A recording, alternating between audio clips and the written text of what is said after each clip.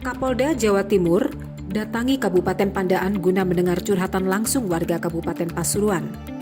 Kegiatan Jumat Curhat ini bertempat di Pasar Wisata Cengho, Kecamatan Pandaan, Kabupaten Pasuruan.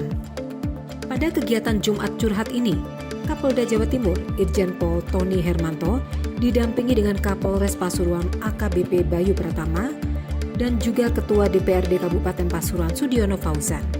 Tak hanya itu, semua jajaran petinggi Polda Jawa Timur juga turut menghadiri kegiatan Jumat Curhat di kawasan wisata Pasar Cengho. Terdapat 3 pertanyaan yang dilontarkan oleh warga Pandaan terhadap Kapolda. Salah satunya yakni terkait diberlakukannya kembali tilang manual dan meniadakan perpanjangan surat izin mengemudi atau SIM.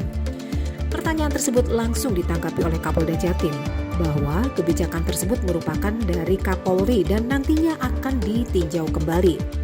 Sedangkan untuk meniadakan perpanjangan SIM pihaknya tak bisa melakukan. Tak hanya itu, Tony juga membocorkan pada pekan depan akan diluncurkan Omah Rembuk.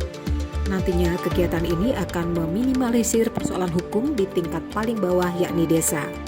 Diharapkan dengan adanya program ini bisa mengurangi waktu dan pengeluaran. Hal ini juga merupakan alternatif restorasi justice yang kali ini sudah dilakukan. Yang konvensional tentu dengan berbasis teknologi ya.